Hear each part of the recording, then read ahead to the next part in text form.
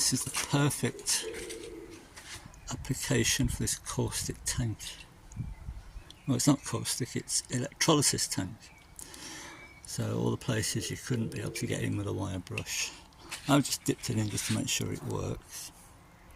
That's better. So it's hanging off the hook, but it's connected through that wire. I can see bubbles coming up. See bubbles coming off the copper wire, and the bubbles coming up off the head as well.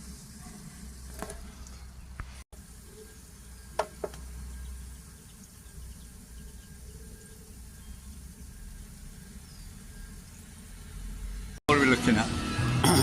Right, between the cylinders, can you see here? Yeah. You can physically see that. Can you feel a ridge? Yes, I can. Can you feel that? Yeah. Well, that's not going to allow that gasket to adhere properly. Sure. Look at it here. Yeah. Look at it here. Look at it there. Okay. So what you're going to get there is where the seal should be to the cylinder. Compression gases are going to jump through. Right, gotcha. This gasket can't hit it. So then the water is clearly going to get pressurised because compression gases are getting through the plastic gasket. I think that there's a label on this engine. It's from, it's a 1939 car. There's a label on the engine that it's a factory recon engine. Okay. I don't know when, but this could have happened before it was recon. No, this. You think they would have sorted that at the time? Yeah. No, these marks will always be there. Once they're in, they're going to have to machine that right back to get rid of them marks. Right. Clearly, that mark is inside the sealing ring. It ain't going to cause any problem as long as you don't feel so them. They may have just left that? They may have, absolutely they would have left that. But that there is where your gasket is going to fail. All the while it's going to fail there. Okay. Can you feel that? Yeah. Right, let's see how true. So, for a gasket... But wouldn't the gasket have come round here like that? Well, it all depends. Avoided that? No, it all depends where your gasket is. I'm not familiar with the gasket. I've got a picture of it. I'll show you in a bit. So really, 2 to 3 thou is maximum. Right. That you need it to be. Anything over those sort of numbers, the gasket's just not going to adhere. And that is 3 thou. What gauge have you got there? 3 thou is right there. So that is right there in the middle. So basically the cylinder head's doing this. Yeah. So is that beyond the limit? No, it's absolutely beyond the limit, yes, you wouldn't be putting that back down. Okay. You want that machine, because that cylinder head now is not true. Yeah. We've got warp in there. Okay. So there's a couple of places you can check them. And again, she's there. Yeah, I thought it was doing that. I measured it with a ruler and got something like that, yeah. But what you're going to find with this is because of how the bolting arrangement is, it could be like this. Not just like this, but it could be all over the shop. Can we just try it along that edge? So we're avoiding all that nonsense there. She's good. And again, you've got 2 thou. So the movement is doing this. Yeah. It's not so severe here as it is there. So is it likely to be this that's causing this raise there so it's low here? No. It's just how the head's moved and the heat that's involved with the head moving. That's what that is. Right. You've got a number of bolt holes through this, quite a few, so it's bolted down in quite heavily. Yeah, so it's, you know, it's a real overkill for it, but you'll always get movement now. Okay.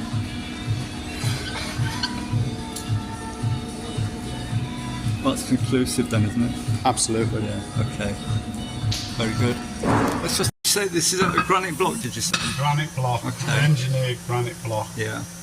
And if there's any movement in there now... Can you feel it? I would be feeling that.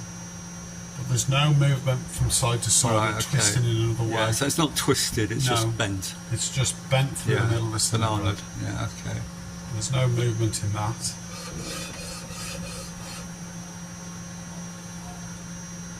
No, she's good. No, that looks good, doesn't it? Yeah, she's very good. Okay, excellent. And again, if you want me to test it, we could test it by running a pressure test through it, but I don't think that's the case on this one. I think it's no, just I didn't have any, no. You know. I think it's just, we've got, clearly, it's moved through that there and here. Okay. Problem is. Yeah, fine. Yeah. Right, try and put this back together. I did have a cork gasket, but it just fell apart. So I bought another new old stock decoke gasket set. This one's a little bit, where is it? A little bit furry.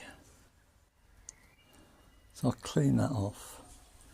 Hopefully it doesn't fall apart.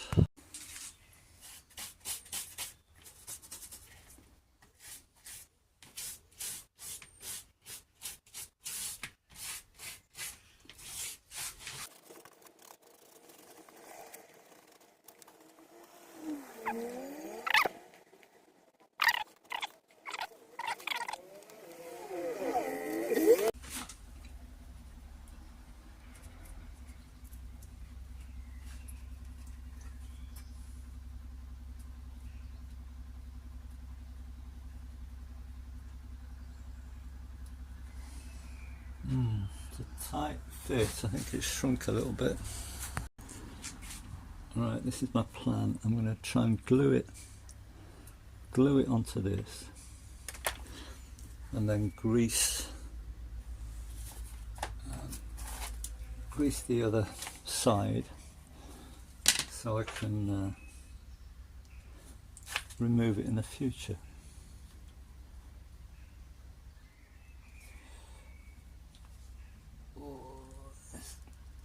Glues on its last legs.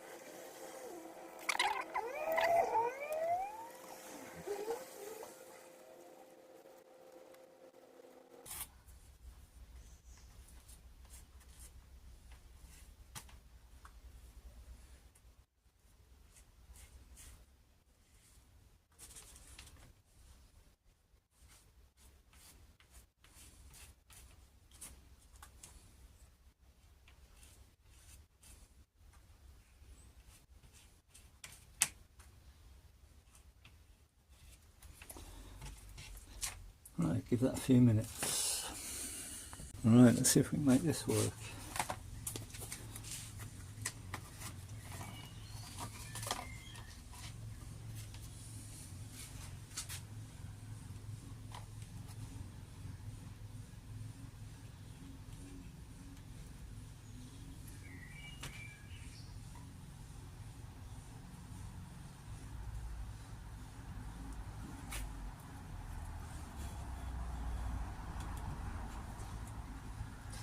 This is very tight.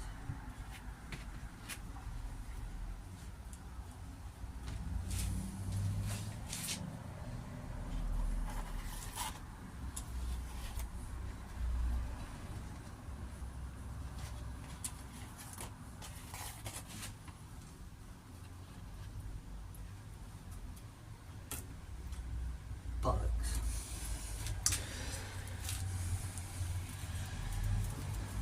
No good. I'll have to order some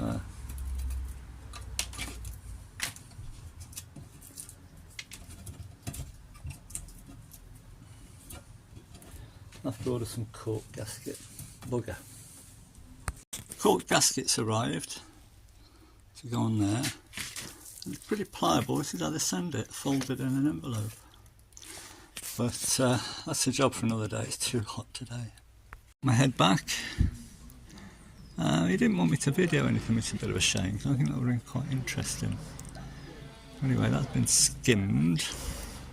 I seem to have a selection of gaskets here. Those two are wrong. This is the one I took off. If we look between cylinders 2 and 3, looks like that might have been blowing between the two through here. Which the car ran lovely until it got warm, and then it started to misbehave, so maybe the heat was getting to that. And there was when we measured it in the workshop, there was a low spot in the middle, so that's probably it. So I've got two new old stock.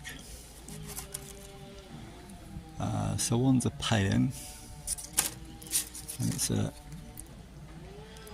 211, and the other one is a Cooper's, which is 55821.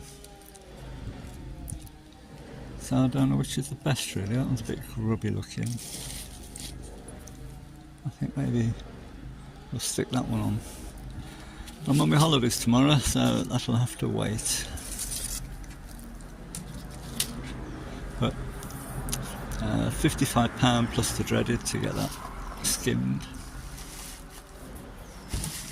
So I'll give it a coat of paint and that'll be dry for when I get back.